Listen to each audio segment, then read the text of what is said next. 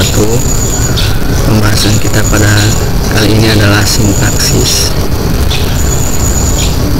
Definisi sintaksis adalah cabang dari linguistik yang membahas tentang kalimat atau pembentukan kalimat. Di dalam sintaksis terdapat klausa. Pembentuk kalimat itu adalah klausa, dan inti dari klausa itu adalah adanya predikat. Di dalam kalimat ada yang disebut dengan kalimat aktif pasif, ada yang disebut kalimat berdasarkan kategori predikat, kemudian ada pola-pola kalimat, dan ada kalimat majemuk. Ini adalah pembahasan kalimat. Ada kalimat aktif pasif, kalimat berdasarkan kategori predikat, pola kalimat, dan kalimat majemuk. Definisi dari kalimat aktif adalah kalimat yang melakukan pekerjaan. Predikat subjeknya melakukan pekerjaan, sedangkan predikatnya biasanya berimbuhan me atau ber. Memang tidak selamanya predikat itu berimbuhan me atau ber pada kalimat aktif. Kalimat pasif adalah kalimat yang subjeknya dikenai pekerjaan dan predikatnya berimbuhan di atau ter.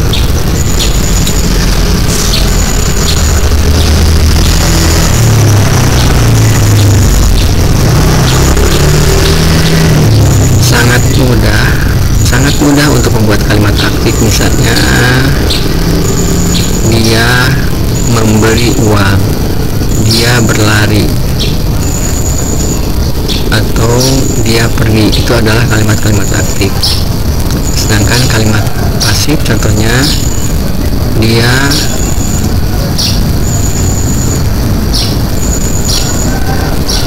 diberi oleh, misalnya dia diberi oleh guru misalnya, atau dia terjatuh. Itu adalah kalimat-kalimat pasif.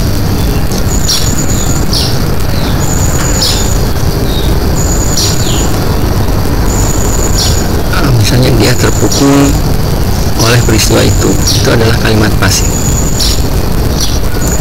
Kemudian ada kalimat-kalimat yang termasuk ada kalimat berdasarkan kategori predikat. Dalam pembahasan sintaksis ada kalimat berdasarkan kategori predikat. Yang pertama adalah kalimat verbal. Kalimat verbal adalah kalimat yang predikatnya kata kerja. Contohnya kalimat aktif dan kalimat pasif tadi. Kalimat nominal adalah kalimat yang predikatnya kata benda. Contohnya, benda itu buku, meja itu kayu. Itu adalah kalimat nominal.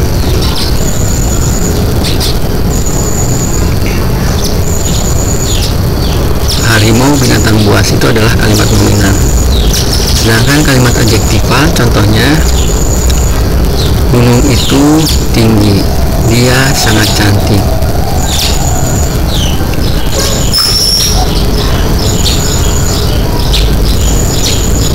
Jalan ini panjang sekali, misalnya. Itu adalah kalimat-kalimat adjektifal. Kalimat numeral contohnya, SPP saya 2 juta rupiah misalnya ya. Sepatu saya 2 misalnya. IPK saya 3,5.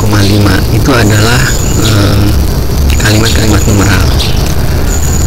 Kalimat frase preposisional contohnya, ayah di Jakarta, dia dari Medan,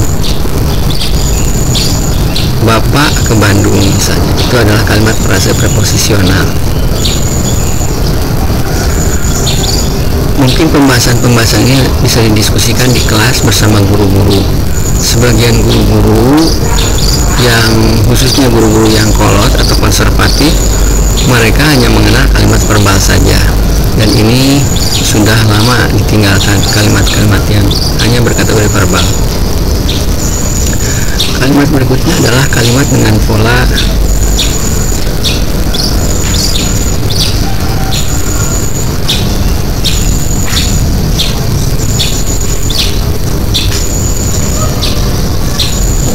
ada beberapa pola kalimat yang bisa diajarkan atau di dalam bahasa Indonesia terdapat berbagai pola kalimat. Di antaranya ada 8 pola kalimat dengan berbagai variasinya. Variasi pola kalimat yang pertama adalah pola dengan pola SP, subjek predikat. Contoh kalimatnya sangat mudah, misalnya dia bernama, pintu itu kayu, misalnya. Itu adalah kalimat dengan pola SP.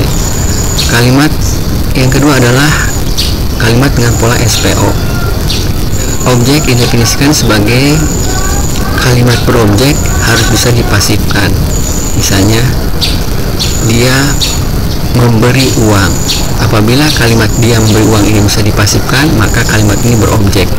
Misalnya kalimat pasifnya adalah uang.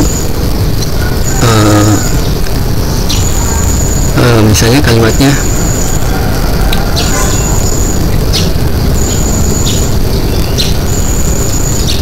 saya memakai baju. Saya memakai baju itu adalah kalimat dengan pola SPO.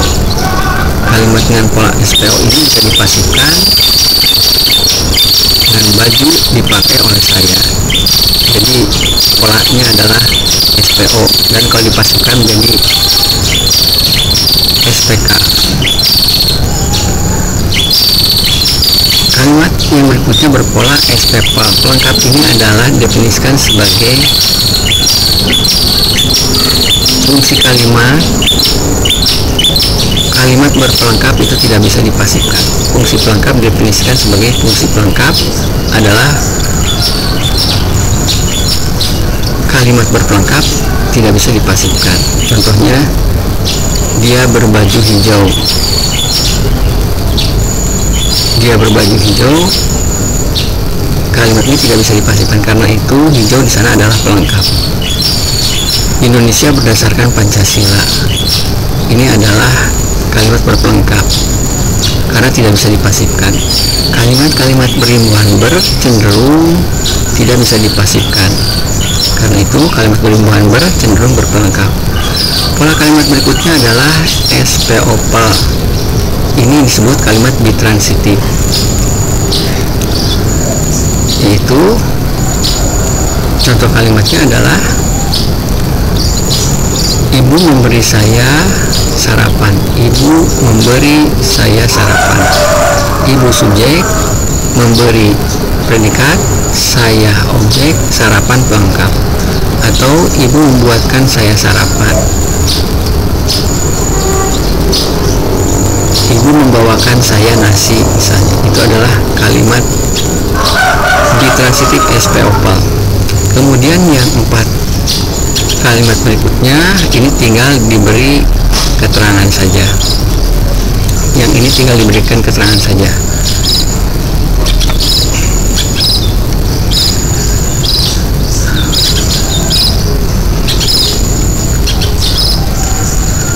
Pada pembahasan seperti ini ada juga kalimat-kalimat yang disebut dengan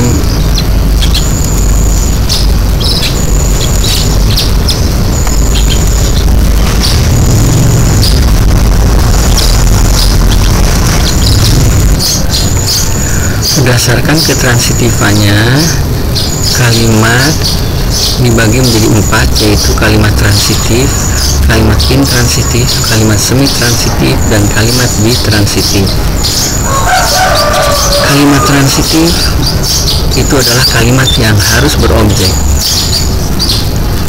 Misalnya predikatnya adalah predikat transitif. Misalnya saya membawa. Predikat membawa harus mempunyai objek. Misalnya objeknya adalah buku atau uang atau tas atau apapun, asal objeknya harus ada. Kalimat yang kedua adalah kalimat intransitif. Kalimat intransitif adalah kalimat yang harus tidak berobjek. Misalnya dia pergi, itu tidak akan mempunyai objek. Atau dia berenang. Kalimat-kalimat dengan predikatnya berimbuhan ber itu cenderung intransitif. Misalnya dia bermain bola, itu bola di sana bukan objek melainkan pelengkap. Dia berbaju hijau, hijau di sana bukan objek, karena kalimat ini tidak bisa dipasifkan. Jadi itu adalah kalimat intransitif.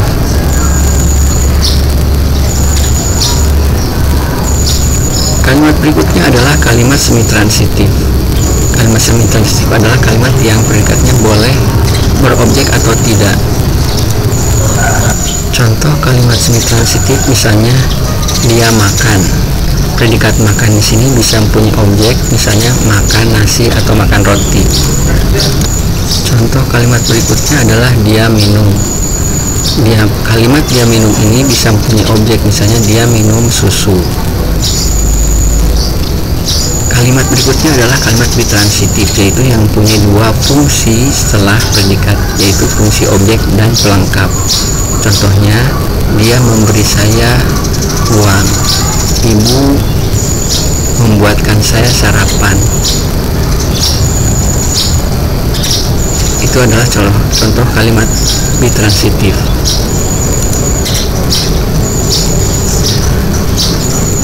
Ada pembahasan berikutnya, yaitu adalah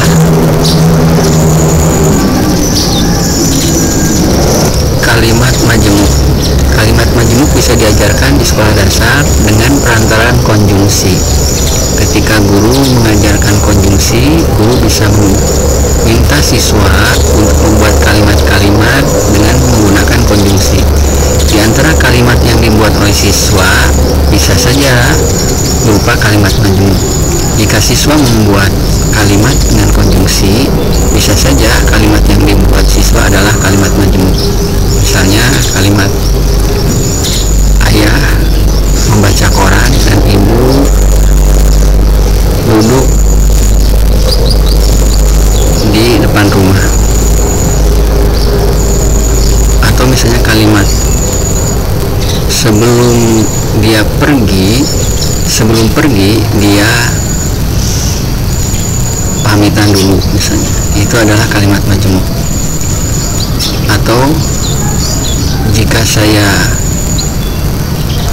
belajar, saya akan lulus ujian, maka itu adalah kalimat-kalimat majemuk. Guru-guru bisa memberikan contoh-contoh kalimat majemuk ini di papan tulis dan bisa meminta siswa-siswanya untuk membuat kalimat-kalimat majemuk di depan kelas. Rujukan untuk kalimat majemuk ini adalah Tata Bahasa Baku Bahasa Indonesia. Dari rujukan itu kita bisa melihat sejumlah konjungsi yang bisa digunakan di dalam kalimat, dan potensi kalimat yang dibuat dengan konjungsi itu adalah kalimat majemuk. Pembahasan berikutnya adalah silogisme. Silogisme ini penting karena logika manusia menggunakan silogisme. Contoh silogisme diantaranya ahli manusia, semua manusia mortal, simpulannya adalah ahli mortal. Bagian yang dilingkari ini adalah disebut wasit, yang tidak akan muncul dalam simpulan. Contoh lainnya, semua muslim percaya Quran, tak satupun yang percaya Quran menyembah api. Percaya Quran di sini adalah wasit, sehingga simpulannya adalah semua muslim tidak menyembah api. Demikian pembahasan linguistik secara singkat. Terima kasih telah menyaksikan video ini. Bila ada kekurangan silahkan tulis di kolom komentar. Wassalamualaikum warahmatullahi wabarakatuh.